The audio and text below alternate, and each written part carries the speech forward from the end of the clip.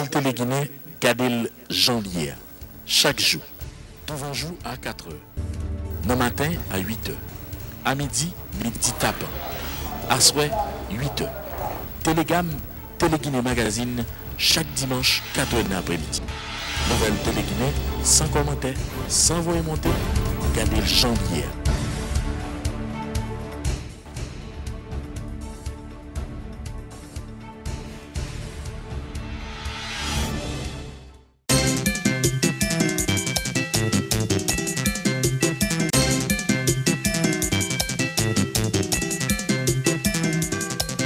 Dans la déclaration politique générale, moi, dans le Parlement, devant la Chambre des députés, devant le Sénat,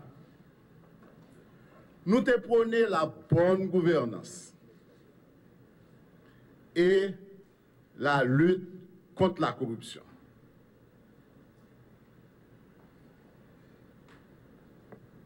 Et ça, c'était une vision de campagne. C'est une promesse de campagne, président de la République là. Et président de la République là, chaque fois la parlé, il dit que le pays a 5 problèmes. Premier problème c'est corruption, deuxième problème c'est corruption, troisième problème c'est corruption, quatrième problème c'est corruption, cinquième problème c'est corruption. Qui donc lutte contre la corruption, c'est cheval de bataille, administration Moïse Lafontaine. Et dans le cadre de ça, administration Moïse Lafontaine,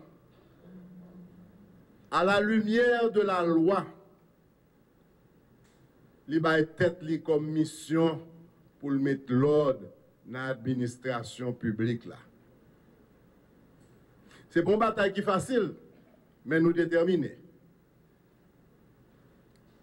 Nous tous connaissons, par exemple, combien chèques zombies que nous arrivons à joindre au niveau de plusieurs ministères, notamment au niveau du ministère Santé publique, par exemple, et au niveau du ministère de l'Éducation nationale.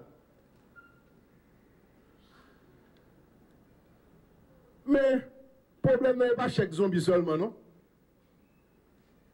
Nous avons un problème qui est surfacturation. Surfacturation, il y a toute bagaille. Il y a vente de biens, il y a vente de services. D'accord, nous avons pris l'exemple de surfacturation dans l'État. Mais je vais vous un exemple comme ça. Un téléphone qui t'a coûté 4 000 gouttes, eh bien, les proformas viennent jouer nous sous bureau, ou est que le téléphone ça, il coûte 9 000 gouttes. En réparation, par exemple, on climatiseur, ou après, si c'était vous-même qui t'a fait, il était qu'à coûter 10 000 gouttes, et pour après, il coûter 50 000 gouttes. Eh bien, c'est comme ça, l'État habitué à fonctionner. Je n'ai pas besoin de parler pour prix kilomètre route, je n'ai pas besoin de parler pour construction d'immeubles. Président Jovenel Moïse, il passe nous des instructions claires que nous-mêmes nous passons à ministre. C'est zéro tolérance en ce qui concerne la corruption. Et nous-mêmes, nous prenons toutes mesures jugées nécessaires pour une bataille contre la corruption. Donc, nous obligons à rationaliser, notamment recrutement agents publics. Et la loi, constitution pays, les clair la donne. Toute nomination qui fait pour fait au niveau d'administration publique, non? Je voulais parler de tout ministère, c'est le Premier ministre qui doit faire nomination ça. Qui donc? Différentes circulaires ça. C'est un message que nous t'envoyons. De sorte que, pour que nous ne prenions aucune surprise, côté que nous voyons que instance l'État ou bien au ministère, ils font paquet de nominations de contrats, et puis nous-mêmes qui sommes responsables administration publique, nous pas au courant. Donc c'est peut-être ça que nous demandons pour appliquer la loi. C'est que tout contrat qui doit passer au niveau de l'État, il faut adresser contrat ça au bureau du Premier ministre via l'OMRH, qui est Office de Management des Ressources Humaines. D'accord? Et là, pour nous traiter contrat ça et puis, moun qui répondent à profil là pour nous bailler au contrat. Et à l'heure qu'il est, tout ministère, tout bureau de l'État qui respectait la loi, qui respectait les circulaires du Premier ministre, tout bureau ça contrat honoré. Nous tout profiter pour m'annoncer nous ça. Nous connaissons que l'État haïtien va recevoir plusieurs engins lourds.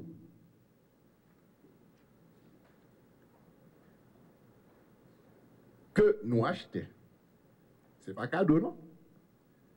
Et nous avons besoin des opérateurs pour engins lourds.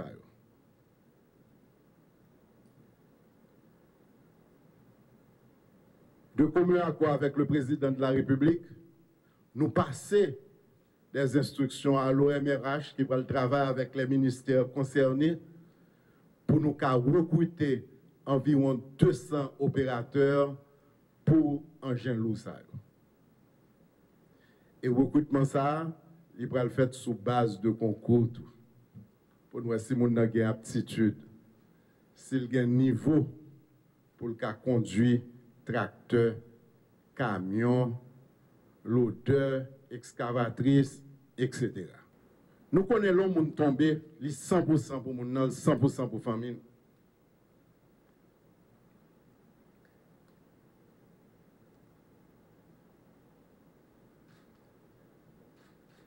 Nous passons instruction à la police nationale. Et nous connaissons que la police nationale a fait un bon travail. La police nationale de plus en plus professionnelle. Pour le cas mener en lutte acharnée contre l'insécurité. Je ne vais pas le dévoiler aucun plan, non?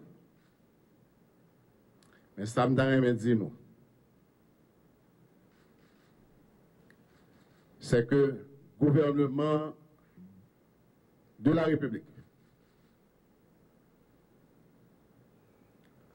moi-même, comme président CSPN, nous avons un pile réunion que nous faisons sur ça.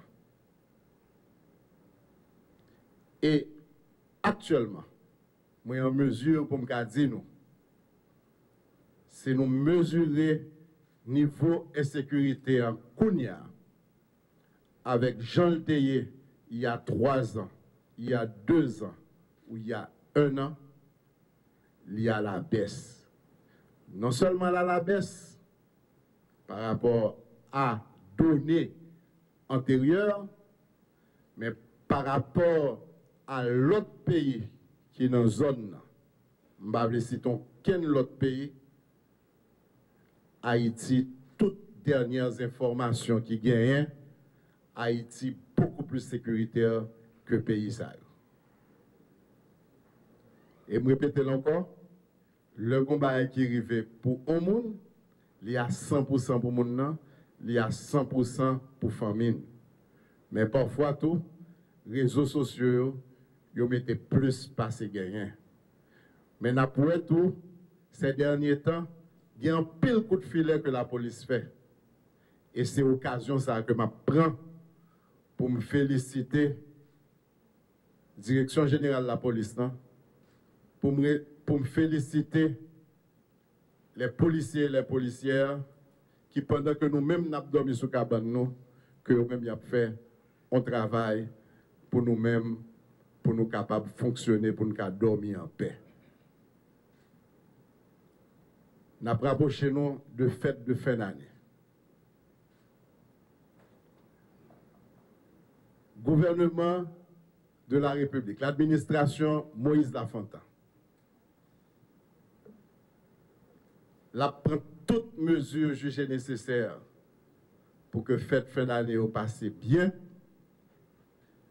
que Haïtiens sortis à le fêter, que Haïtiens qui à l'étranger, qui commencent à rentrer déjà parce que grand embouteillage qui gagne au port, pour y rentrer, venir en Haïti. Faut me dire nous, tellement que bah yo un signal fort qui voyait, n'a pas remarqué que quand pile assises internationales qui viennent faire en Haïti, oui. Jodi, pendant ma parle avec nous là, par exemple, nous avons environ 400 avocats qui membres de plusieurs pays, de 45 pays, qui font conférence en Haïti là actuellement. Hein. Pour qui ça? C'est parce que l'international commence, ouais, Haïti, son pays qui est sécuritaire. De l'autre côté, nous gagnons une autre assise qui est faite, qui intéresse les collectivités territoriales. Il y a 145 étrangers qui rentrent. Ça veut dire que ça que l'hôtel nous, en pile dans l'hôtel nous, chargé avec étrangers actuellement. Et au début de l'année prochaine, nous avons pile l'autre conférence internationale qui pour faire en Haïti, notamment la CARICOM, etc. C'est pour me dire nous que, n'est-ce pas vrai, tout ça est possible, c'est parce que Haïti, qui est toujours un pays, qui est toujours vibral pour les visiteurs, pour les touristes, et que Haïti a travaillé sous question de sécurité pour le recevoir Mounsaïo, pour le recevoir Haïtien, et puis surtout, la sécurité, le peuple. Donc c'est une pratique de mauvaise gouvernance qui accumule sur des années, et ok, que pas de gain et volonté, peut-être courage pour prendre mesure ça, mais on connaît que loi fond réforme a toujours des gens qui ont levé compte, naturellement, parce qu'il y a des intérêts qui peuvent léser. Donc on a deux choix, c'est soit de ne rien faire, ou bien d'agir pour résoudre le problème, parce que un engagement que l'État haïtien prend dans le cadre du PSDH, d'accord, qui est le programme stratégique de développement Haïti, c'est que Haïti a un rendez-vous, c'est que Haïti doit être un pays émergent à l'horizon de 2030. Donc pour Haïti capable d'arriver à l'émergence, il faut qu'on ait une administration publique d'excellence, une administration publique performante, une administration publique compétente, et c'est volonté président de la République là, son excellence Jovenel Moïse, et c'est volonté premier ministre, son excellence Dr. Jacques-Guy Lafontaine. Et si on regarde là, on voit que gagnons une maîtrise de ça que le premier ministre a fait. Et pour le côté que le partage vision président, depuis le mois d'avril, chaque mois, il y a un circulaire qui prend, qui pour expliquer avec une pédagogie, mais ça qu'a fait. D'accord, circulaire 002, il dit la fait ça, 003, 004, 005. Et circulaire ça, il prend avec tous les organes de l'État, les ministères, les organismes autonomes, les institutions, la Cour des comptes, ou après que c'est un tout, la réforme. Donc, je pense que fonctionnaires, je pense que ils sont contents, ils sont fiers, parce que gagne vraiment une volonté politique pour renforcer l'administration publique, pour que lorsqu'on se dit fonctionnaire, ça veut dire que compétent ou honnête, mais il faut gagner un salaire et qui allait avec, et c'est volonté et Premier ministre et président, et c'est instruction ça que nous recevrons, pour que dorénavant, que tout se fait par voie de concours recrutement, et comme ça, il n'y a pas accuser de clientélisme ou de favoritisme, parce que la République, c'est la méritocratie.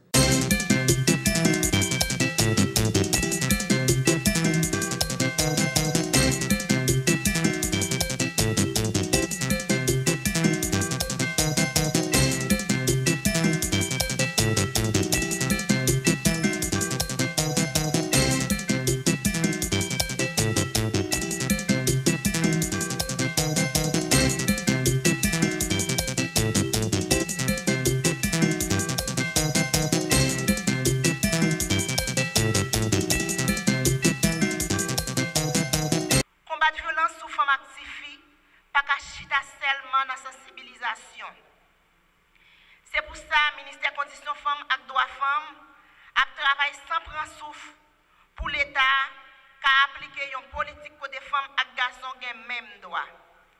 L'application politique ça doit commencer dans le ministère pour les bouts dans la population en général.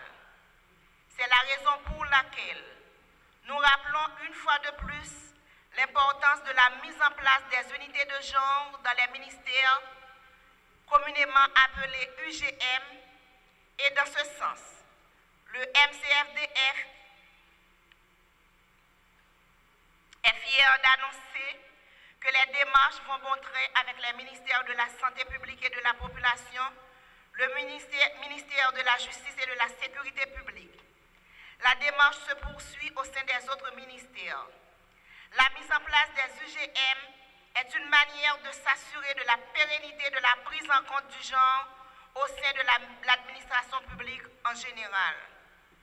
Mesdames, Messieurs, une nouvelle manière de vivre ou encore le vivre ensemble ne peut être possible qu'en connaissant nos droits, en ayant des mécanismes et lois d'application des différentes conventions ratifiées et signées par l'État haïtien, qu'en sensibilisant et formant la population.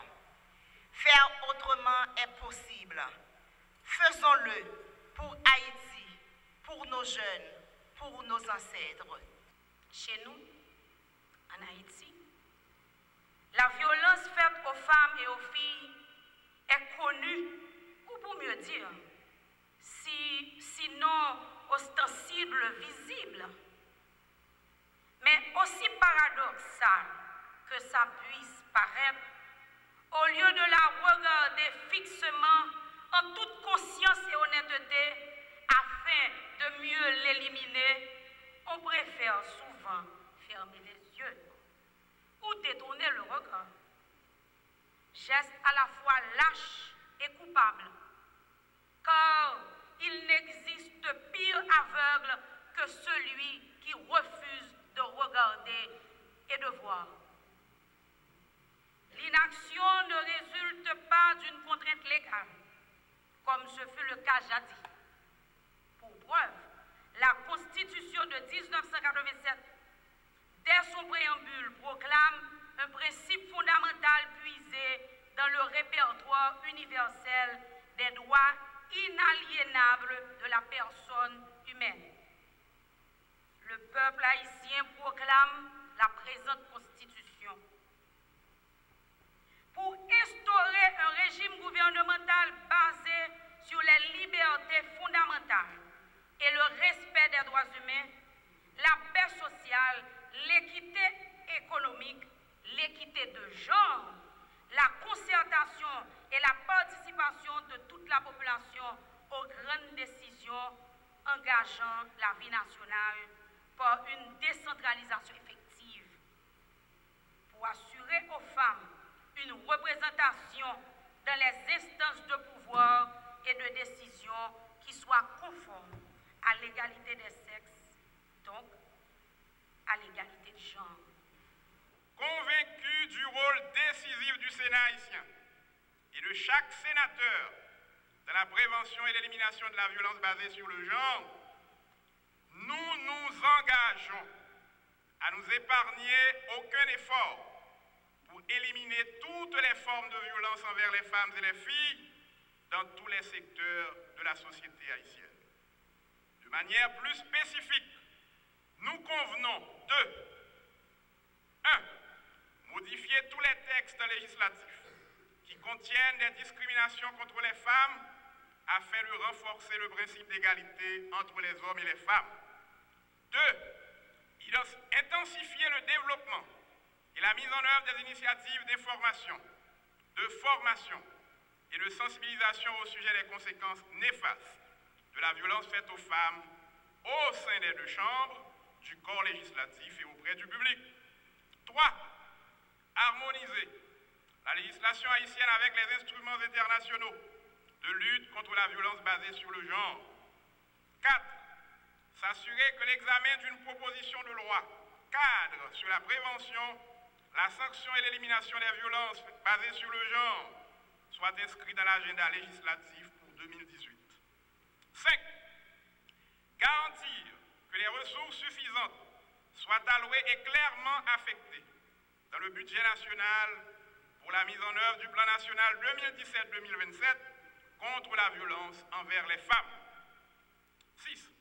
Établir des relations et des partenariats avec les organisations féminines, féministes et autres qui œuvrent pour l'élimination de la violence à l'égard des femmes et les soutenir. 7. Organiser des missions parlementaires de sensibilisation dans les différents départements géographiques du pays en vue d'informer et de consulter la société civile et la population afin de mieux cerner le phénomène de la violence sexiste dans la société et d'engager les hommes et les femmes comme acteurs clés de la prévention et de l'élimination de toute forme de violence à l'égard des femmes et des filles. Fait par la Commission Équité de genre du Sénat de la République d'Haïti à Port-au-Prince le 6 décembre 2017. Pour les signataires,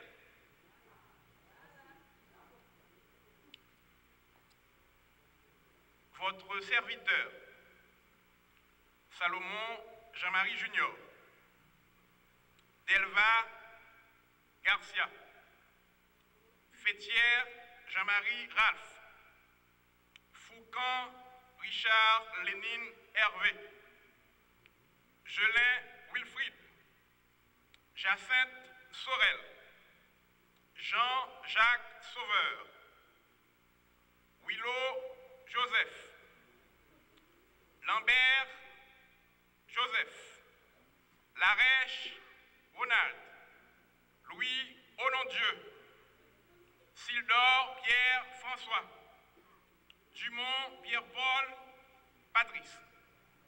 Je voudrais vous laisser ce soir avec cette phrase. Disons un proverbe africain qui dit « Si tous les oiseaux se réunissent, ils peuvent courber un arbre. » Merci encore une fois. Dès qu'on me parle d'enfants, de femmes, d'handicapés, de PVVIH, peu importe ce que j'avais à faire, je planifie à l'intérieur de mon agenda et je me lance. Ça s'est passé il y a très longtemps. C'était une petite, elle avait 4 ans. Elle s'appelle parce qu'elle vit encore. Elle s'appelle Caroline. Caroline vivait avec sa tante. Elle était petite, elle croyait encore au Père Noël. Elle croyait que la vie était rose. Mais elle a découvert un jour que la vie n'est pas tout à fait rose. Parce qu'elle a commencé à se faire violer à 4 ans. Et elle a passé 4 ans de sa vie à se faire violer par un homme qui avait 3 fois son âge. Elle avait peur d'en parler. Elle ne pouvait pas en parler. Et pourtant, quelqu'un l'a fait pour elle. Quelqu'un du voisinage est allé dire à la tante, il y a ta nièce qui ne se porte pas bien parce qu'elle se fait violer. Et la tante, au lieu de prendre Caroline en compte et de lui parler, non, la tante l'a battue. L'a battue avec un couteau. Et pour elle, c'était vraiment difficile. Elle a eu une adolescence tout aussi difficile que son enfance. Elle a même essayé pendant son adolescence de se suicider. Et un jour, le bon Dieu a mis sur son chemin une sœur, une nonne, SFA. Et c'est cette sœur qui lui a fait comprendre que la vie, il y a des hauts, il y a des bas. La vie est ce que tu en fais, mais pas ce que tu subis. Si tu subis la vie, tu ne vas rien trouver de bon là-dedans. Mais si tu vis ta vie, tu verras qu'il y a des jours où le soleil va luire pour toi. Et vraiment, ces conseils ont beaucoup aidé Caroline. Aujourd'hui, elle est mariée, elle a 3 enfants, et elle se fait les yeux, les oreilles et le cœur qu'elle n'a pas eu quand elle était petite. Une autre histoire, c'est celle de Nettie. C'était une femme brillante, très intelligente, jolie, qui croquait la vie à pleines dents. Et un jour, elle a rencontré l'amour de sa vie. Ils ont passé 2 ans ensemble. Et c'était les 2 meilleures années de la vie de Nettie.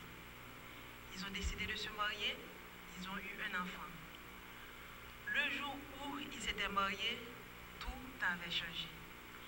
Et pendant 1 an, du mariage jusqu'à 1 an, ça n'allait presque plus. Elle a eu sa première fille. Elle a dit que bon, nous étions tous les 2 jeunes, que ça allait changer pour nous. Il faut qu'on garde les coudes serrés, il faut qu'on essaie de voir comment faire marcher le mariage. Et elle a subi. Ça a commencé par les gros mots pour continuer par des gifles jusqu'à aller à la bastonnade. La nourriture n'avait rien de bon, le riz était toujours trop salé et les desserts toujours trop sucrés. Et un jour, en entrant chez elle, après le boulot, elle est passée prendre sa fille à l'école et elle a entendu du bruit dans la chambre. Et quand elle est rentrée, elle a vu son mari sur son lit avec une autre femme. Et elle a dit, mais qu'est-ce que tu fais? Qu'est-ce que tu nous fais? Et le type dossait les épaules. C'est moi qui paie le loyer. Si tu veux, tu peux te partir. Elle a pris sa fille, elle a pris un sac et elle est partie. Mais vous savez que pour moi, ces 2 histoires ont une fin heureuse. Parce que Caroline, elle vit aujourd'hui et elle est heureuse. Nettie a pris la vie à bras le corps. Elle est en train d'élever sa fille, elle vit chez sa sœur, elle ne pleure plus.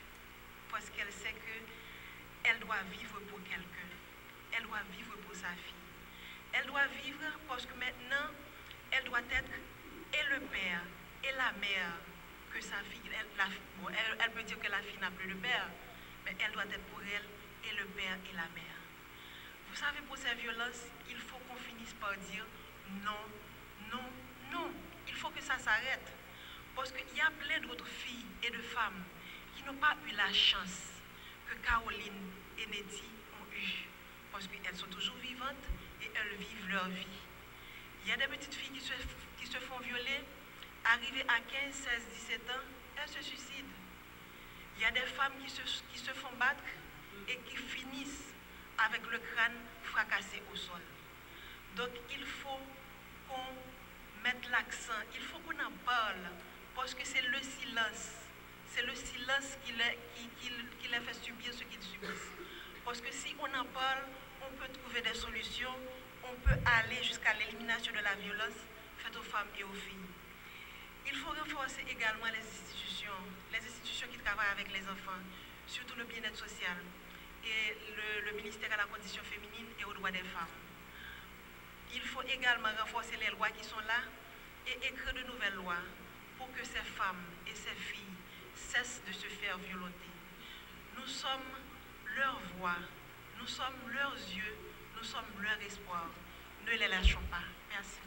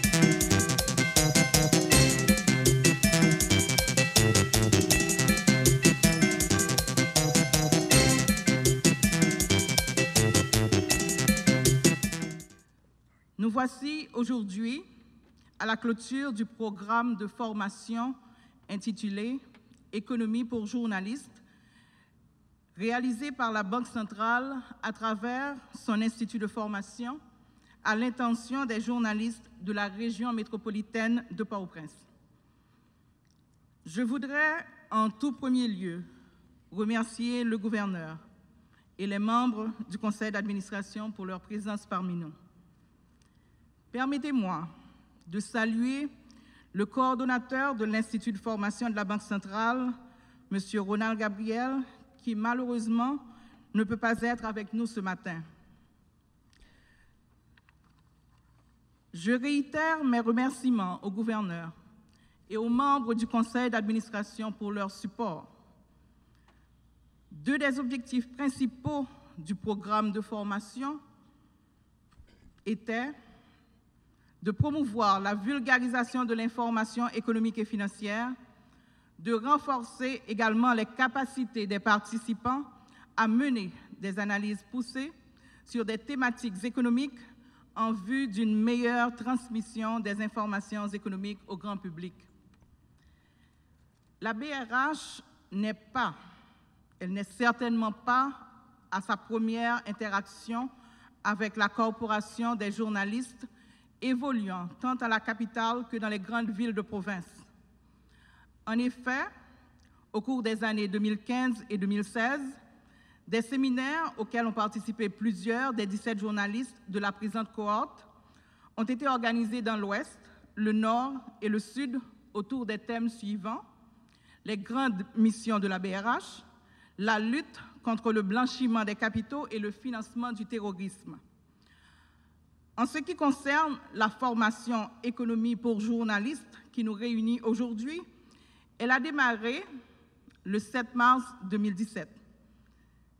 Elle a couvert un ensemble de thématiques d'importance comme les comptes macroéconomiques et leurs interrelations, les principales institutions de mise en œuvre de la politique économique, l'intermédiation bancaire et la croissance économique en Haïti, le système bancaire et le rôle de la BRH dans la régulation monétaire et la surveillance financière, la politique monétaire de la BRH, ses objectifs, son cadre, son rôle et ses instruments, le marché monétaire et les produits financiers, l'inclusion financière, le marché d'échange, l'introduction des bons de la BRH. Ces modules de cours ont été dispensés sur une durée de 160 heures près et nous avons eu à travailler avec plus d'une trentaine de formateurs et conférenciers pour arriver à leur réalisation. Ce noyau de journalistes sensibles à l'économie représente, à mon avis, un nouveau souffle capable de faire l'équilibre, de proposer d'autres contenus dans les éditions de nouvelles. Ayant développé de l'intérêt pour les sujets touchant à l'économie et disposant aujourd'hui de plus d'éléments, nous pouvons sortir des sentiers battus et redonner vie à certaines rubriques dans nos stations respectives. Je veux le croire. Mais vous savez, je grandis toujours, hein? Je n'ai pas fini de grandir quand même. Et je continue à rencontrer des personnes formidables, exceptionnelles sur ma route. C'est justement l'une d'entre elles qui a dit un jour, pour ne pas dire récemment, celui qui ne veut plus se former commence à régresser le jour où il a décidé de ne plus apprendre. Dans notre cas, en tant que journaliste, nous sommes appelés à nous mettre à jour continuellement et quotidiennement. Les raisons peuvent être nombreuses. La réalité des médias en Haïti, du moins pour la grande majorité, fait des journalistes, vous allez me permettre ce mot, des toutistes. C'est-à-dire, nous sommes des personnes qui ont des compétences dans presque tous les domaines. Politique la vini, bâton. Économie en vini, nous là. Culturel la vini, nous devant pirède. Les auditeurs, parfois, vous croient capables de fournir toutes les informations. Donc, si on veut être efficace dans son travail, ou encore pour ne pas perdre la face devant un fan sans pitié, Nous nous devons d'approfondir notre formation initiale, mais aussi de nous ouvrir à d'autres domaines, comme l'économie par exemple. Une autre raison non négligeable, c'est la médiocrité qui tente de s'imposer aujourd'hui dans notre société. Il ne faut pas avoir peur de le dire. N'en déplaise à nos patrons qui sont là. Ce que propose la presse aujourd'hui est questionnable. Prendre le micro de nos jours n'exige pas toutes les conditions qui devaient être réunies pour le faire il y a de cela 20 à 30 ans. Les patrons de médias ne sont plus aussi exigeants qu'ils l'ont été dans les années 80. Réalité oblige. Ce qui laisse dans l'opinion la perception que le journalisme devient pour certains la carte de la dernière chance. Tout ça essaye de marcher, ou là, un journaliste là. Donc, nous qui avons cette possibilité de nous former, nous avons l'obligation de relever le niveau. Les sujets économiques sont les plus maltraités dans les salles de nouvelles. Bon, bien sûr, le Nouvelliste dispose de Patrick Saint-Pré, mais quelques rares médias qui ont des économistes. Comment peut-on vouloir que la population comprenne ce qui se passe dans l'économie si après une conférence de Kestner-Farrell, par exemple, un journaliste peut uniquement balancer un son avec 3 phrases? Les nouvelles technologies constituent également une bonne raison pour les journalistes de se former. Nous sommes à un moment où tout le monde s'invente, permettez-moi de créer un autre mot, nouvelleur, parce que Mbakar est aux journalistes.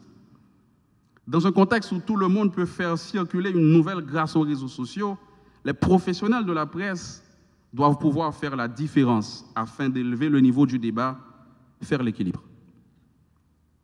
Alors cette responsabilité aujourd'hui nous incombe.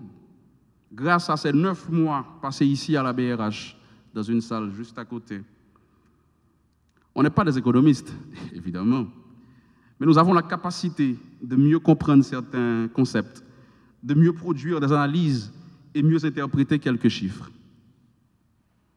Pour ne pas laisser périr ces acquis, il a été décidé la création d'un réseau de journalistes sensibles au budget.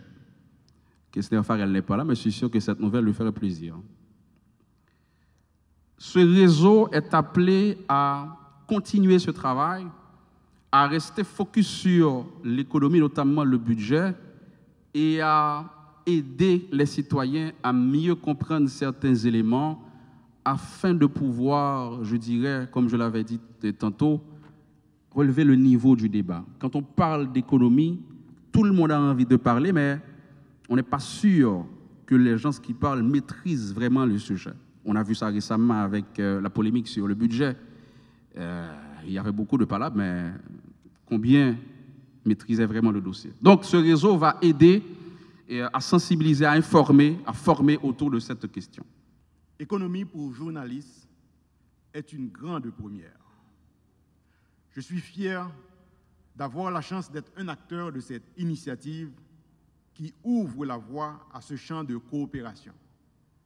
Et je voudrais que cette fierté soit contagieuse. Mesdames, Messieurs, la cérémonie d'aujourd'hui perdrait de son objet si elle ne met pas l'accent sur les attentes de l'autorité monétaire de ce champ ouvert de coopération avec les médias. C'est une obligation de proie, car, comme promis dans mes propos liminaires, je veux inscrire la cérémonie d'aujourd'hui dans la perspective plus large des interventions qui ont marqué ces 9 mois de séances fructueuses de formation. Aussi, permettez-moi d'expliciter les objectifs poursuivis par la Banque de la République d'Haïti à travers cette initiative. Premièrement, il s'agit de relever le niveau de dialogue entre l'ensemble des décideurs du système financier et le public par la mise en place d'un espace viable d'intermédiation dans la transmission de l'information économique et financière. D'ailleurs, dans les prochains jours, mesdames et messieurs, et certainement Tout au cours de l'année 2018, la BRH va s'évertuer à relever le niveau de dialogue dans le public en général à travers un programme très médiatique d'éducation financière, qui fait partie intégrante d'ailleurs de notre stratégie nationale d'inclusion financière. Aujourd'hui, le couronnement de 9 mois de formation dans le cadre du programme Économie pour journalistes porte la barre à un niveau plus élevé. Il dévoile la mise en place d'un pan nouveau et important des activités de la Banque centrale dans sa quête renouvelée d'efficacité de la politique monétaire et de développement du système financier. Nous sommes conscients du rôle fondamental que l'information bien traitée et bien digérée est appelée à jouer dans l'amplification de mesures bien pensées de politique publique. Elle contribue à raccourcir les délais de réaction et à conditionner les réflexes dans le sens espéré de ces réactions.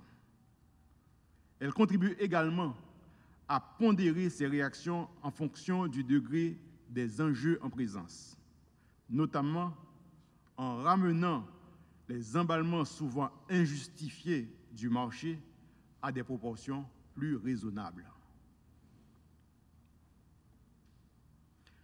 Un public discipliné, éduqué et bien informé est donc un atout majeur pour le policymaker averti et bien outillé.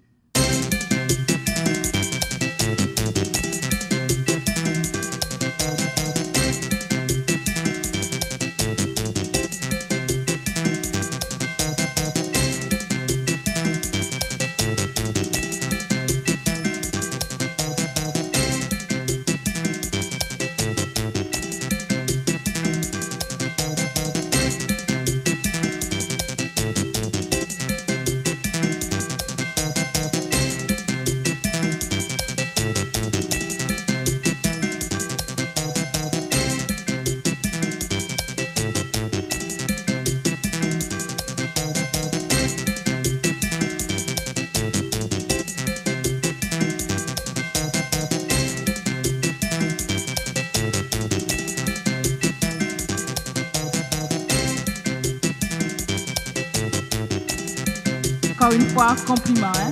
Compliment à vous tous, les 17 participants à ce programme.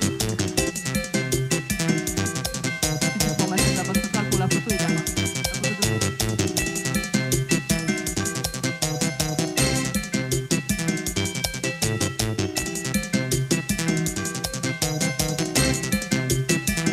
de Son sentiment de fierté, pendant 9 mois, nous étions là dans la Banque centrale. Nous étions environ 17 qui ont suivi la formation ça, économie pour les journalistes. Évidemment, pendant la formation, nous apprenons un peu le bagage sur d'abord le secteur des assurances, sur la politique monétaire, sur les institutions de mise en œuvre de la politique monétaire, sur l'assurance financière, secteur coopératif, qui donc sont séances de formation de 9 mois qui ont aidé nous à apprendre un peu le bagage. Et aujourd'hui, nous estimons que nous sommes mieux outillés et mieux formés pour appréhender, expliquer et comprendre, par exemple, le processus d'élaboration et d'exécution du budget, aider les gens à comprendre qui s'acte d'échange là, fluctuations les faites sur le marché, comment expliquer yo, intervention banque centrale sur le marché.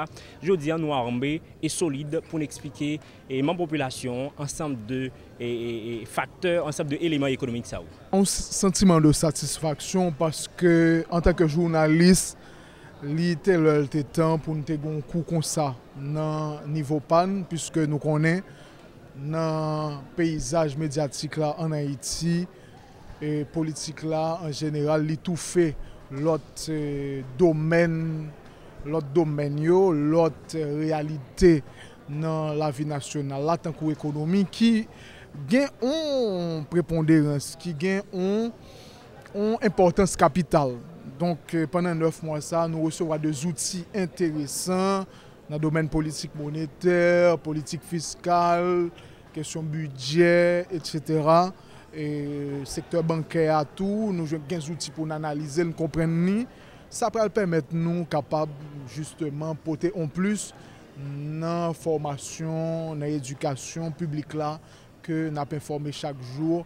Donc c'est une satisfaction vraiment totale pour nous pendant 9 mois ça, puisque intervention de qualité, domaine yo été varié et dans le domaine finance justement, je crois que c'est ça a un sentiment de satisfaction. Mais recevoir certificat. La formation ça a été vraiment très enrichissante dans la mesure où elle est capable de faciliter moi-même particulièrement dans le travail que je fais en tant que journaliste. D'autant que sujet qui vient pour avec l'économie, c'est sujet en pile monde pas aimer aborder, c'est sujet que en pile journaliste toujours aimer fuir parce que pas aimer chiffres, même parce que avec formation ça que me prend, moi mieux armé pour me capable traiter des sujets relatifs à l'économie. Bon parce que formation il pas camper là, il peut aller plus loin toujours, d'autant que formateur a annoncé que a gagné l'autre cycle pour l'autre journaliste. Moi capable de dire moi très satisfaite de formation ça. C'est avec un peu de satisfaction que nous passons 9 mois là comme journaliste et nous avons formation sur différentes thématiques et nous estimons qui est très important on connaît et surtout ici des questions politiques yo pas seulement primé yo et gagner un gros part dans la question nouvelle. Ça qui fait que l'information économique n'est pas tellement traitée et presque dans sa nouvelle. Donc avec formation ça que nous prenons, on connaît plusieurs thématiques. Nous parlons de l'inclusion financière, nous parlons de questions coopératives, nous parlons de élaboration, questions budgétaires et un ensemble de l'autre thématique que nous venons maîtriser. Ça fait que je dis, nous estimons nous gagner assez outils nécessaires mais nous qui permettent de nous traiter l'information économique avec plus, et comme je dit, selon les règles de l'art, qui fait que nous prenons la population de information à travers toute formation que nous prenons là, nous sommes en mesure pour nous bien informer la population sur toute information qui concerne l'économie sans fausse côté.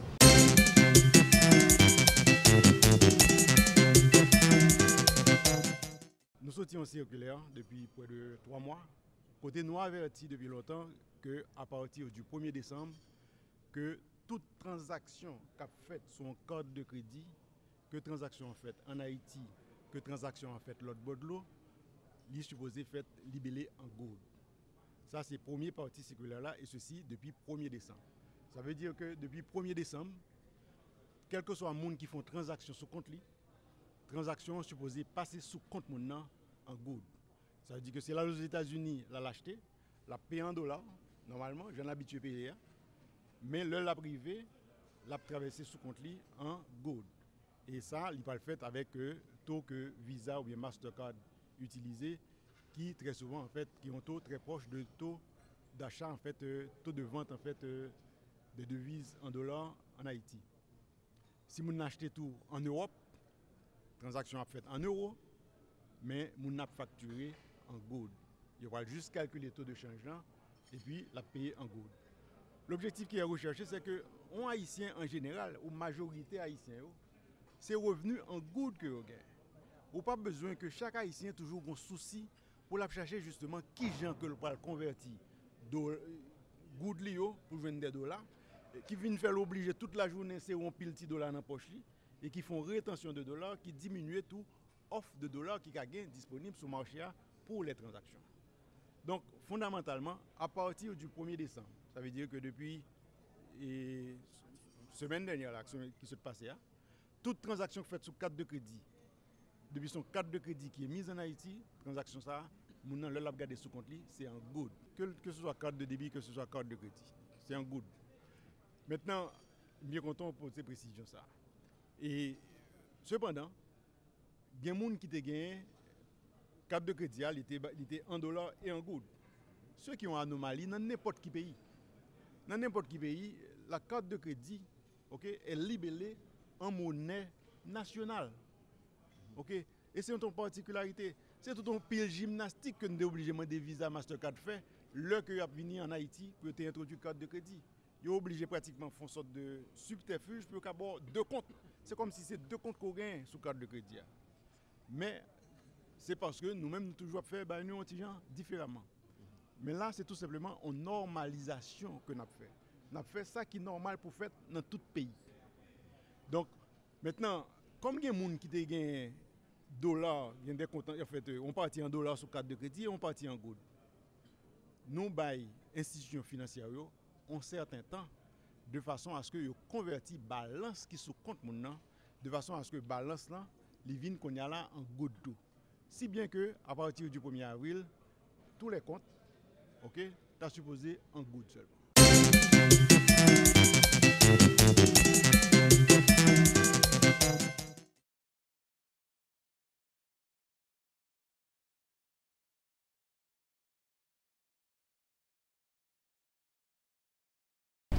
Je me joins au conseil d'administration de la AmCham et à toute l'équipe de l'ambassade américaine en Haïti pour vous souhaiter la plus cordiale bienvenue à cette troisième édition de forum sur l'agriculture.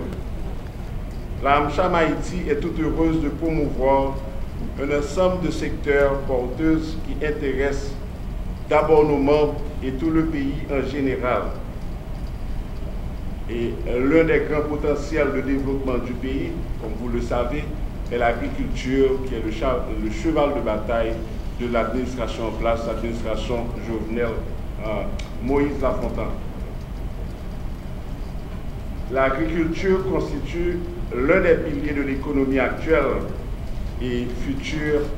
Elle représente un excellent moyen de croissance accélérée pour notre économie à travers la création d'emplois, substitution de l'importation, réduction du déficit de la balance commerciale et augmentation de notre capacité à subvenir à nos besoins. Nous devons signaler que les États-Unis d'Amérique, à travers plusieurs projets, WINER, PADF, et la liste est un petit peu longue, ont contribué depuis longtemps à promouvoir le secteur agricole chez nous. Et comme vous savez, les projets impactants surtout prennent du temps à avoir un bienfait. Donc, en Haïti, nous faisons face à des défis. Donc, l'impact recherché par ces projets vont prendre un peu de temps avant que vous voyez les retombées bénéfiques sur la population en général. Sur le thème du jour, qui est, comme vous le connaissez tous, moderniser l'agro-industrie en Haïti, la clé du développement agricole durable. Working together, Haiti can go forward. En travaillant ensemble, Haïti peut aller vers l'avenir. And one of the biggest advantages, at least we think so, Et l'un des avantages que nous pensons, it's the links with the United States. C'est le lien qui existe avec les États-Unis. Social, cultural, and most importantly, commercial. Social, culturel et le plus important, commercial. At the United States Embassy, our mission is to encourage sustainable economic development in Haiti. Dans l'ambassade des États-Unis, notre mission est de promouvoir une économie soutenable, durable en Haïti. We do this by strengthening our relationship with the Haitian government. Nous faisons cela en renforçant notre relation avec le gouvernement haïtien. But we also work with you, the private sector. Mais nous travaillons également avec vous, le secteur privé. We want to help you reinforce and modernize Haiti's agricultural sector. Nous voulons vous aider à renforcer et moderniser le secteur agricole haïtien. And that directly contributes to our shared goal. Et cela contribue à notre but commun. A diversified Haitian economy that supports inclusive growth. Une économie diversifiée en Haïti qui supporte la croissance inclusive. Depends upon agricultural development. Dépend du développement de l'agriculture. Over 50% of the population still relies on agriculture for its livelihood. Plus de 50% de la population dépend de l'agriculture pour sa survie. And agricultural production continues to sustain various departments. Et la production agricole continue à soutenir le développement dans plusieurs départements. Thus, it is not surprising that tons of thousands of fresh and dried mangoes are exported from Haiti to the U.S. each year. Donc cela n'est pas surprenant que des centaines de milliers de tonnes de mangue naissent à Haïti pour aller vers les États-Unis. In 2016, U.S. total imports of agricultural products from Haiti totaled, do you know, how much? En 2016, l'exportation de mangue vers Haïti a été accumulée pour un montant, le savez-vous? Tous les produits agriculturels importés aux États-Unis, est-ce que vous connaissez le numéro? C'est combien? C'est combien le montant? 21 millions de dollars. 21 million. Woo! We've got it now. Okay. U.S. companies continue to express interest in investing in Haiti's agricultural sector. Les compagnies américaines continuent à avoir un grand intérêt dans l'exportation, dans le secteur exportation vers les États-Unis. In efforts to export Haitian goods to the United States and other countries. Dans un effort pour exporter les biens d'Haïti vers les États-Unis, mais également vers d'autres pays. And the U.S. firms that are present today, Haiti's Best Coffee, USA Heavy Equipment, Elawit, and Registrar Corporation. Et les différentes compagnies en Haïti, Haiti Best Coffee, USA Heavy Equipment, Elawit et Registrar Corporation, serve as testament to this statement. Sont définitivement un témoignage de cette déclaration.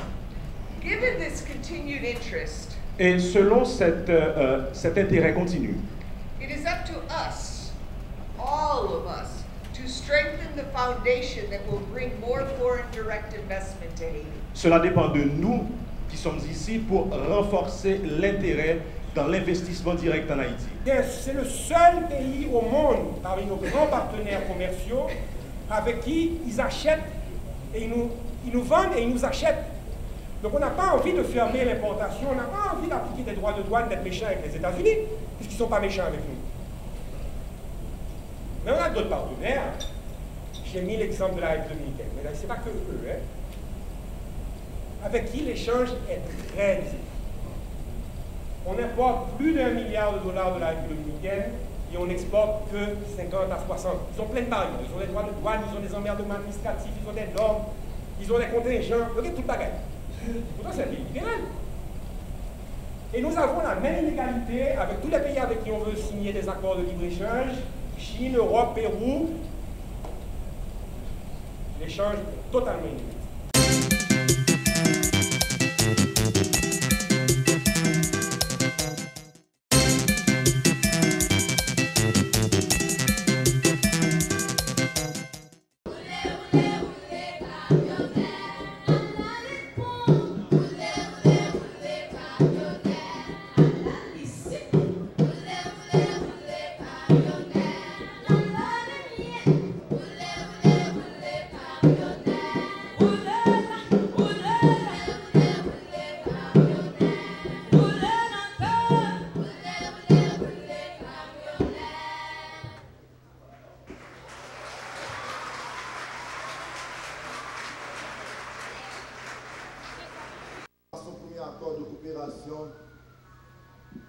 Grâce à quoi la commune peut faire face au grand problème de la prolifération des déchets à travers les rues,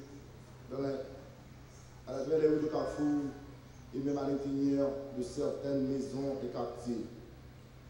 En 2009, l'administration du maire Yvon Jérôme, M. le maire Pierre Samo, avec sa directrice de cabinet, a débarqué en Haïti, a visité Carrefour, dont il était déjà amoureux. Depuis lors, les rapports entre ces deux villes ont continué à se renforcer. Je me dois de le féliciter de s'être entouré de ces hommes et femmes au être bien fait pour l'aider à exercer sa fonction de maire durant ces 28 années, non sans difficulté, mais couronné de succès. Merci, Monsieur le maire Samo. Je suis doublement honoré d'accueillir notre frère de la Caraïbe, cette Caraïbe qui nous unit, à la personne du maire Raoul Fornes Valenciano de la République de Cuba, de la ville de Santiago, venu aussi avec son adjointe pour faire la connaissance d'Haïti et nouer de nouvelles relations dans un cadre plus formel avec la ville bicentenaire de Carrefour. Je le rappelle que la ville de Santiago a déjà une coopération avec la ville du Lamentin vieille depuis de 20 ans. Ce pas franchi aujourd'hui doit faire honneur à la mémoire du grand Fidel Castro qui nous a quittés il y a exactement une année. Trop longtemps enfermés dans notre isolement, nous avons souffert chacun de son côté des rigueurs de la nature. Confrontés aux mêmes réalités, nous sommes parvenus à la conclusion d'unir nos forces pour combattre nos faiblesses. C'est dans cette optique que nous avons pensé à faire tomber les murs qui nous séparaient pour nous donner la main face aux aléas de la nature. Depuis 2009, Carrefour développe un partenariat avec la ville du Lamentin.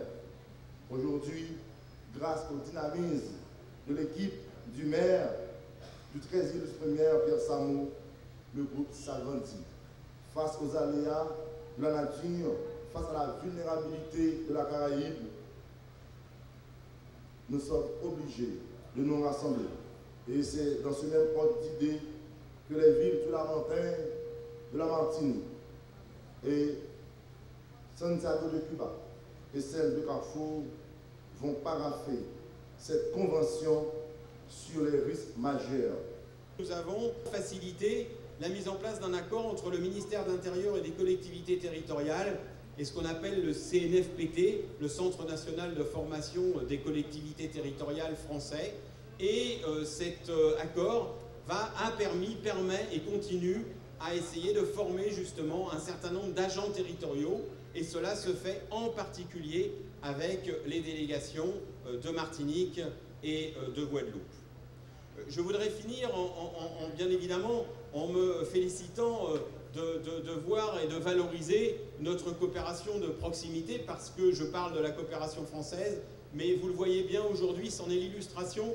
Notre coopération française est une coopération humaine, mais également une coopération de proximité, et nous souhaitons la faire vivre davantage entre justement nos collectivités françaises présentes dans la Caraïbe et vous-même, et notre souci grandissant et permanent depuis 2 ans, en tout cas à l'ambassade de France, c'est de renforcer cette coopération décentralisée, renforcer cette coopération régionale, renforcer la coopération entre la France des Caraïbes et les autres États caribéens, Cuba bien sûr également, la République dominicaine également, mais Haïti notamment.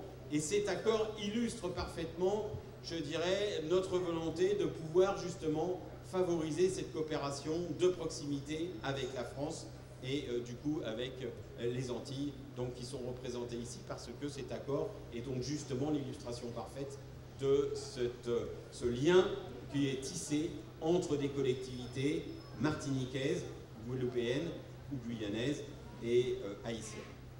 Voilà, je n'en dirai pas plus, je pense que cet accord est une première dans le genre. On espère qu'il pourra se multiplier, on espère surtout qu'il mènera à des actions concrètes, qu'il poursuivra une multitude d'actions concrètes, parce que c'est aussi ça dont a besoin Haïti, ce sont des actions concrètes de proximité au service des populations et au service des populations des collectivités, comme à tous ceux qui sont présents ici aujourd'hui, que ce soit bien évidemment les services publics et bien sûr la jeunesse haïtienne, les élèves, les étudiants et l'ensemble de la population qui constitue donc la collectivité de Carrefour. Il ne peut pas avoir de lendemain sans une génération formée pour lui permettre de partager la vision que nous avons pour faire évoluer notre pays. Des fois c'est difficile, car nul n'est la copie de l'autre, mais avec intelligence, en mettant de côté les quelques vicissitudes, en passant véritablement à notre pays, nous pouvons arriver à construire un monde meilleur. Et, mon jeune ami, nous avons eu de belles aventures à la ville de Santiago de Cuba. 20 ans de réflexion, 20 ans d'écoute, 20 ans de partage. Et je vous dis, mon cher ami, qu'il sera la même chose pour la ville de Carrefour. Rassurez-vous, jamais je ne baisserai les bois. Il n'est pas dans mon tempérament de laisser les choses en chemin. Nous allons continuer, quelles que soient les circonstances. Et je dois dire à l'Assemblée ici présente, j'avais 83 ans il y a 3 mois. Et ce n'est pas pour autant que j'ai baissé les bois, parce que j'ai assuré l'avenir avec les jeunes qui sont avec moi. Ese medio ambiente que nosotros, los hombres, hemos casi que destruido. C'est cet environnement que nous, les hommes, nous avons presque détruit. Y por lo tanto nosotros mismos estamos llamados a reconstruir. Et c'est pour cette raison que nous-mêmes, nous sommes appelés à le reconstruire. Y es el propósito inicial. Et c'est le but initial.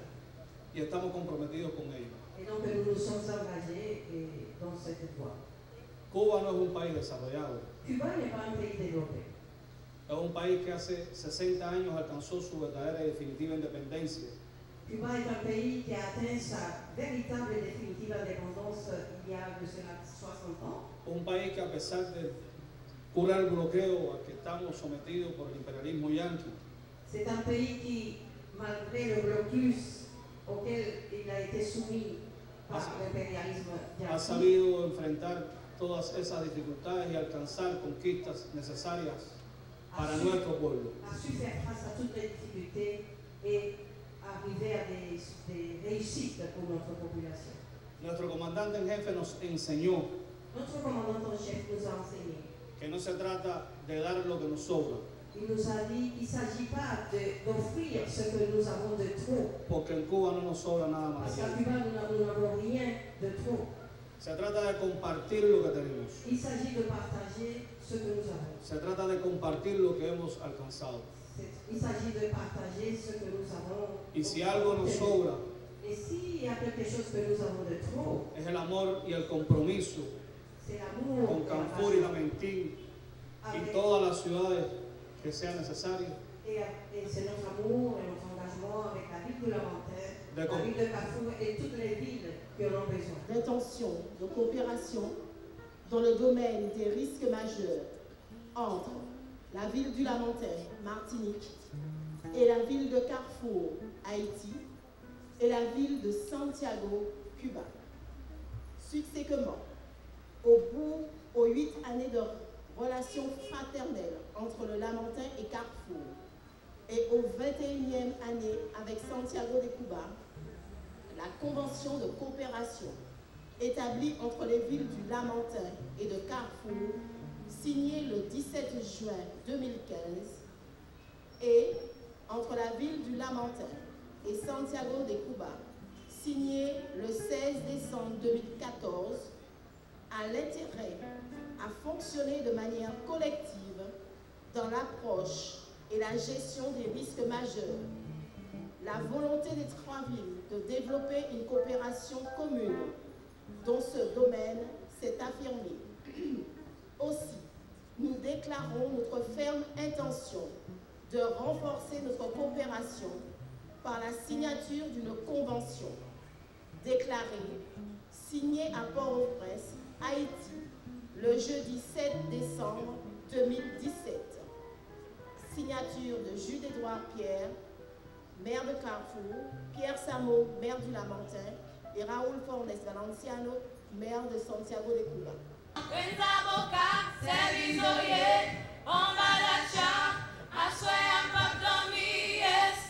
Yes, mama, Pentaboca, service, oh yeah, on va la en soi, pardon me. Yes, mama.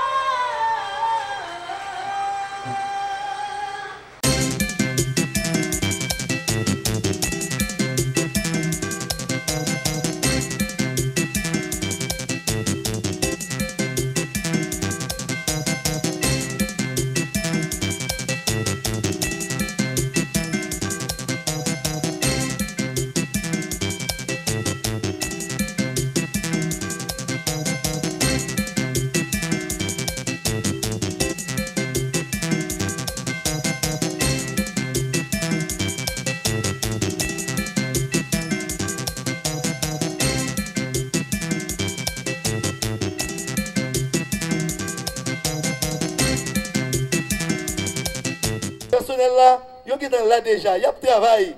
Et bien seulement, il y a prétendu une rémunération parce que le système volontaire là, il est un petit peu difficile ici en Haïti parce que les gens ne pas travailler.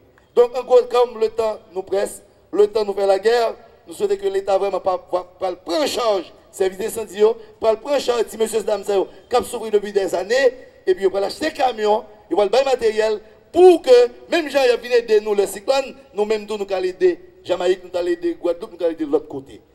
Carrefour ne mourra pas. Elle ne mourra pas. La ville de Carrefour ne mourra pas. Parce qu'on a fait d'elle la ville de Dieu. Mais Carrefour ne mourra pas non plus. Parce que justement, il y a assez de jeunes. La jeunesse, l'avenir de ma ville, je compte sur cette jeunesse-là pour assurer la relève. C'est pour cette raison que nous autres maires de la ville, nous avons la responsabilité de faire les choses autrement. D'engager la ville dans une dynamique irréversible de modernisation.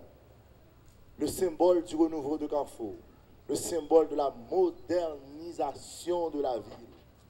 Parce que ces services, ils sont essentiels. Nous sommes une commune vulnérable. À la moindre averse, c'est des inondations. Moins de 7% de Carrefour, très malheureusement, sont réhabilités. Regardez la route de 367, Charpentier. Regardez la route de Thor 65. Regardez la partie de Paloma, Brochette 99. Il faut seulement aller à Titus pour monter dans les hauteurs de Carrefour de la section communale pour voir comment cette commune est stigmatisée, négligée par la volonté, la sensibilisation, le dialogue, mais aussi parce que les citoyens vont payer leurs taxes et leurs impôts. Je suis convaincu que ça va changer dans cette ville. Monsieur le ministre de l'Intérieur, je voulais aussi vous remercier pour le support qui nous a permis de procéder à cette inauguration. Ce n'est qu'un début par rapport à l'immensité, par rapport au gigantisme de la tâche qui nous attend. Les pompiers ne sont pas encore des contractuels, ne sont pas encore rémunérés. La mairie va faire une partie et aussi l'État le reste. Retenez ma position, ma vision du service, de la ville sur cette question. Faire de Carrefour le premier centre opérationnel en matière d'incendie et de secours. Je suis très heureuse d'être ici pour vous présenter la caserne de pompiers, un engagement symbolique des États-Unis d'aider Haïti à se préparer pour les désastres. Les États-Unis et Haïti font tous deux face à de variétés de désastres naturels. La préparation pour les catastrophes et la façon dont nous pouvons être prêts à réagir pour sauver les vies. Les États-Unis restent prêts à supporter Haïti dans cet instant de catastrophe. Depuis le tremblement de terre en 2010, le gouvernement des États-Unis et sa mission à Haïti reconnaissent que la mise en place d'un système solide et efficace pour répondre aux catastrophes est vivement nécessaire à chaque étape pour minimiser les effets sur les résultats définitifs des catastrophes naturelles.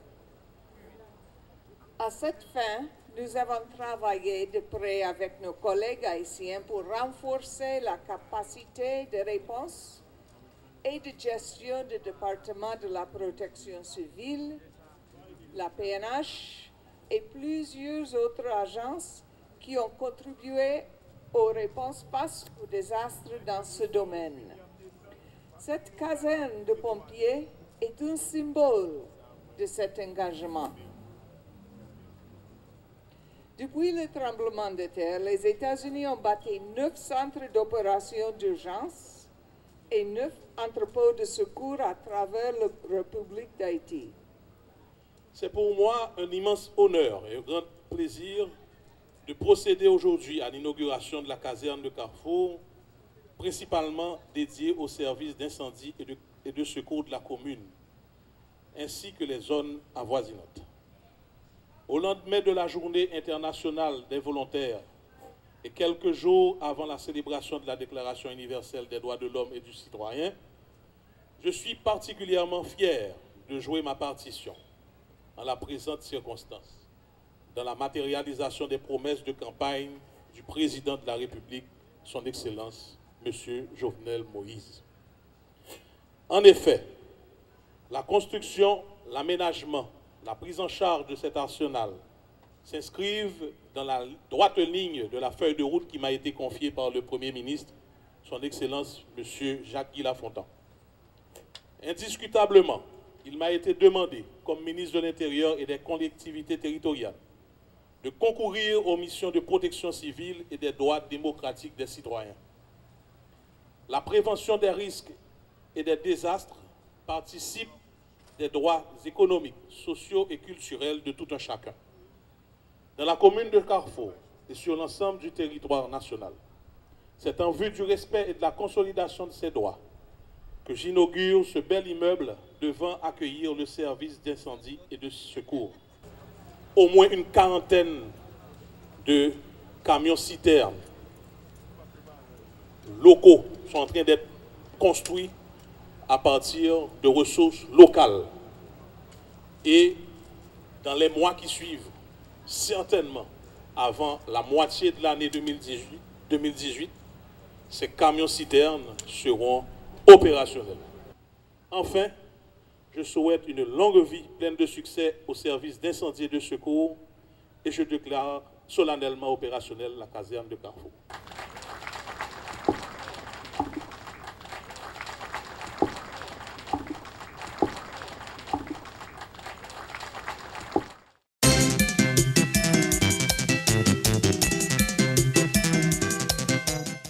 Tout le monde t'entendait, gagné un couple qui tape sorti dans une banque dans Pétionville et au cours de route, il a été attaqué par des bandits armés.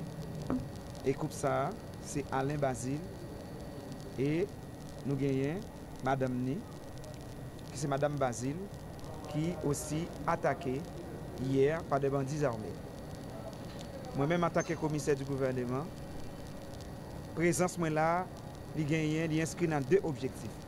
Premier objectif là, c'est pour m'informer la population et la presse que la police a fait un bon travail et surtout depuis le commissaire du gouvernement a collaboré avec la police là, m'a collaboré avec le commissariat de Pétionville qui est dans tête le commissaire Gospel et jusqu'à présent, l'efficacité du travail permet que moi-même bénéficie de ça comme autorité judiciaire, comme commissaire du gouvernement. Donc, pour me dire à la population, à la police en général, et commissaire Gospel en particulier, que le commissaire gouvernement avec un travail qu'il a fait. Deuxième objectif là, moi souhaiter que la population comprenne et les qui définissent comme bandits comprennent tout. Que moi-même, commissaire gouvernement, moi pas jouer avec aucun individu qui choisit au lieu pour créer activité pour bailler tête tout. Donc, on choisit pour éteindre vie moun, pour attaquer moun, pour agresser moun, pour voler bagay population. Automatiquement, ou entrer dans casa yo, donc les ça ou pas en affaire avec population, ou pas en affaire avec ni papa ni maman ko gagner ou bien pas connait sou gen madame, ou en affaire directement avec moi, donc ou en face commissaire gouvernement et les ça besoin connaît entre la loi moi-même et la police qui bam force là avec ou même qui mettent dans tête parce qu'on bout des amis légal dans moun ou pense au ka faire action avec elle donc moi même moi en face monsieur ça et me tout dit yo place yo y a gagné pour yo rester pénitencier pour yo juger pour yo condamner et pour yo juger peine yo normalement nous dit population camper ferme parce que nous mêmes nous déterminer et dans le mois de décembre là pour nous permettre que moun yo passe un bon fête quel que soit côté bandit n'a besoin quelle que soit action faire n'a besoin et la justice ensemble avec la police ensemble, ça montre que il y a une symbiose qui fait là pour permettre que l'année ça nous passons une bonne fête.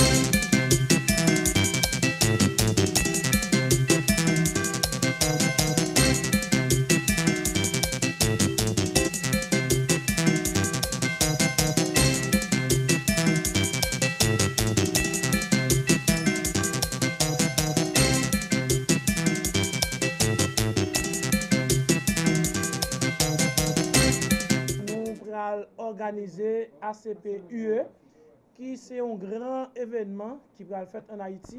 Moi-même, personnellement, je connais, alors, député Paraï Cyprien, c'est le président ACP-UE, et moi-même, c'est vice-président. Nous participons dans plusieurs activités ACP-UE.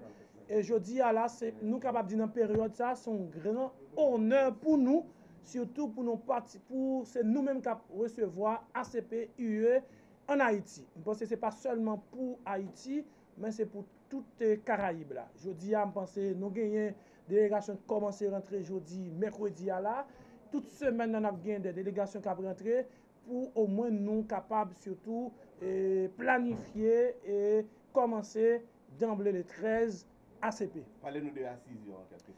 Et je pense que Assisio a gagné un gros problème, les députés ont été soulevés. Heureusement, nous résout le problème. Ça, c'est sur question choléra. Nous avons gagné pour nous des commissions qui ont reparti sur question politique, sur question économique, sur question choléra et santé.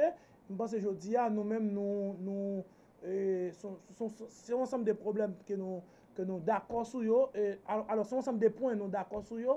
Et ça va le permettre au moins nous-mêmes, nous pas seulement comme participants, nous recevoir ACP-UE, mais nous tout très actifs dans toutes les décisions qu'on prend. L'Assemblée parlementaire paritaire, et là, nous prenons UE, c'est l'Union européenne.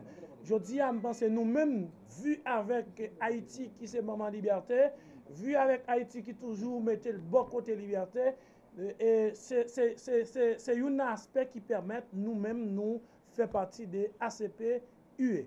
Combien de délégations vous avez dans le pays?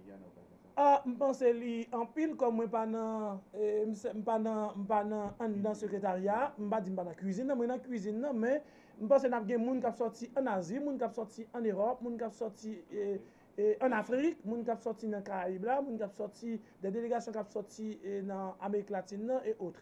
Je pense que nous-mêmes, nous seulement, nous prêts, là, on dit nous prêts en termes de préparation. D'ailleurs, si nous regardons dans la zone Croix des Bouquets, nous avons une délégation qui a sorti qui peut aller dans le village Noailles, côté pour visiter, ça nous produit dans le pays. Et je pense que c'est un moment pour nous exposer ça sur le plan national et international. Je pense que je dis à nous-mêmes, nous prêts parce que hôtel, tout hôtel nous est réservé, toute chambre d'hôtel nous est réservée, c'est comblé, prêt. Et je dis à c'est l'hôtel nous cherché toujours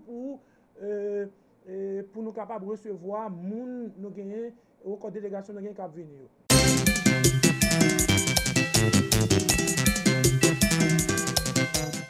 Jusqu'à présent, le congrès a continué. Je dis à nous poursuivre avec une série de conférences et ateliers que nous avons gagnés.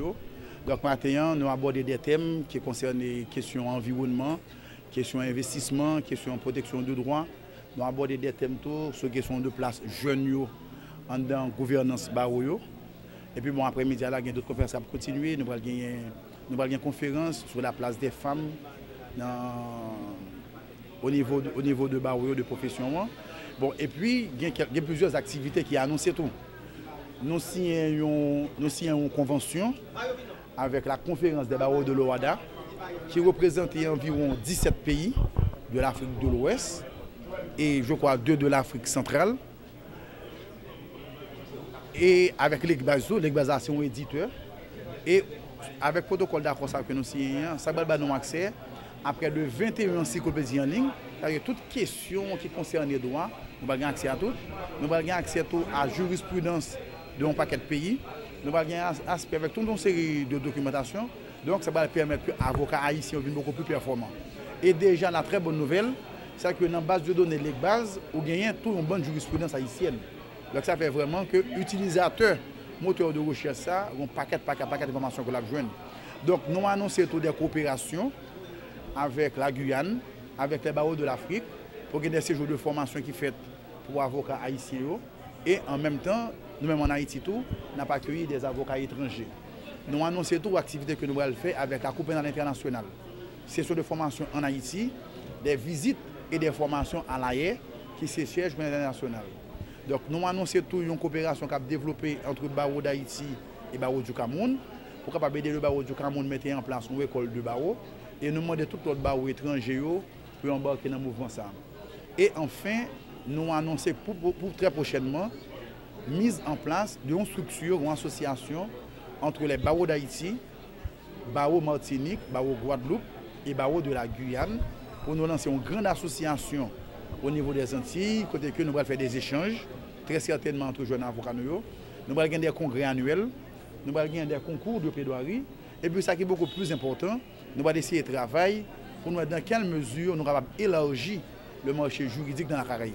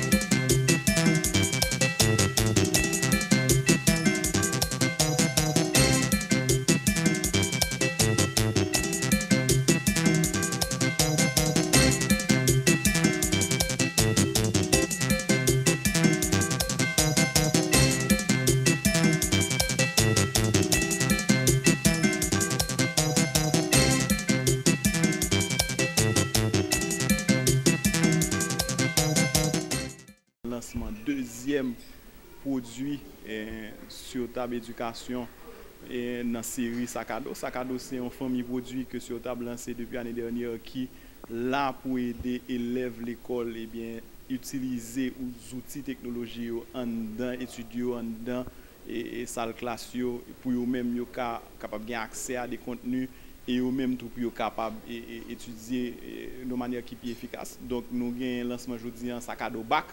Sakado Bac lui-même, c'est tablette pour bachelier. Donc, produit ça que sur table éducation, que sur table lancé matin, lui est bien orienté vers bachelier pour les gens qui a préparé l'examen baccalauréat, pour le permettre que déjà ils réviser et préparer l'examen, quel que soit côté dans la salle de classe, mais la caillou, dans le déplacement, dans la camionnette, et que eux-mêmes ils ont une meilleure préparation pour l'examen. Sakado Bac divini de on constate que là en général moyenne réussite pour bac haïtien tourner autour de 30% et donc c'est des dizaines de milliers de jeunes qui chaque année échouent, gagnent qui après un certain temps découragés, ils quittent ça et gagnent qui retrouvent dans le milieu de travail côté bloqué, ils pas même qu'à avancer pour qui ça parce que mais ils pas jamais capable et gagner et bac. Donc nous gagnons plus passer 200 000 personnes qui recalent quelque part et qui pas même gain temps pour aller à l'école, qui pas capable de réintégrer le système et compléter les études. Donc toute observation ça, tout effet ça est bien poussé sur table pour nous développer un produit qui est dédié pour eux-mêmes.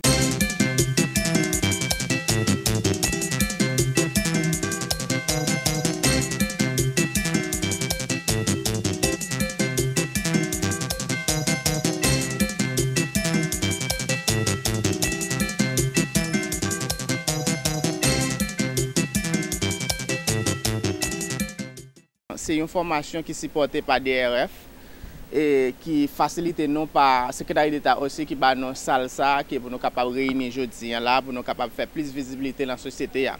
Ça moi ouais, c'est que nous-mêmes qui gagnons un handicap en Haïti, avant le tremblement de terre, nous pas gain aucune importance. Mais après le tremblement de terre, avec les gens qui veulent coopérer ensemble avec nous, spécialement avec des médias dans le pays qui veulent faire image arriver plus loin que côté que en pile là nous pas de possibilité pour nous voyager, mais à travers des internet, à travers des poster image, ça permet plus l'autre monde capable de nous, capable de plus support pour nous capable arriver dans rêve nous réaliser ça que nous voulons réaliser pour le pays. So, n'a dit encore que moi-même, c'est une personne qui était victime le 2 janvier, côté que moi j'ai une amputation dans le transfert moral, côté que je suis utiliser une prothèse. Spécialement, moi j'étais une professionnelle en ferronnerie avant, mais après tremblement de terre, moi j'ai pris une formation qu'on a, moi son technicien qui a fabriqué prothèses pour les gens qui sont handicapés en Haïti. Nous formons l'équipe Zarien, c'est dans 6 mois après tremblement de terre, qui c'était le mois d'août. côté que nous venons former l'équipe ça, nous pouvons tête nous dans la société à qui ça nous capable de faire. Parce que longtemps, on a vu un monde venir avec béquille, mais on a pensé qu'il y a un support, peut-être de l'argent. Mais quand il y a un monde qui vient côté qui marche avec prothèse, ou qui a plus de job, et il travaille, et il fait comme capable d'aider les familles, pour capable d'aider propre tête, et puis faciliter peut-être gagner une voiture qui est capable de mouvoir dans la société, sans qu'elle t'a supposé faire.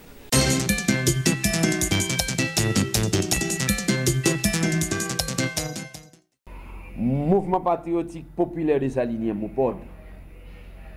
Communiqué de presse numéro 1, le 7 décembre 2017. Non à la corruption et à l'impunité. Oui à l'état des droits et à la justice pour tous.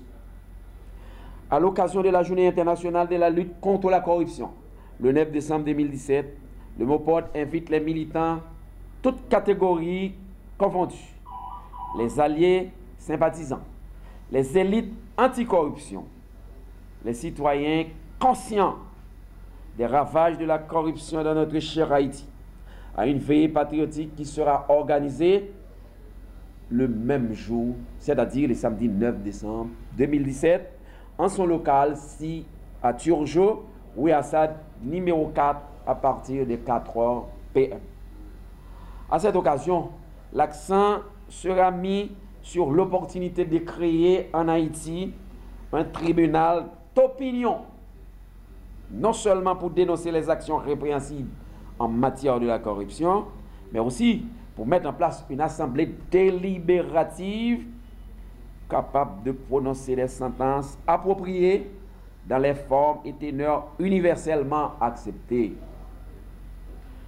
La presse parlée, écrite, télévisée, ceux qui luttent ou qui veulent lutter contre la corruption sont invités cordialement à participer à ces réflexions sur le pourquoi et le comment de la lutte contre la corruption et l'impunité dans notre pays.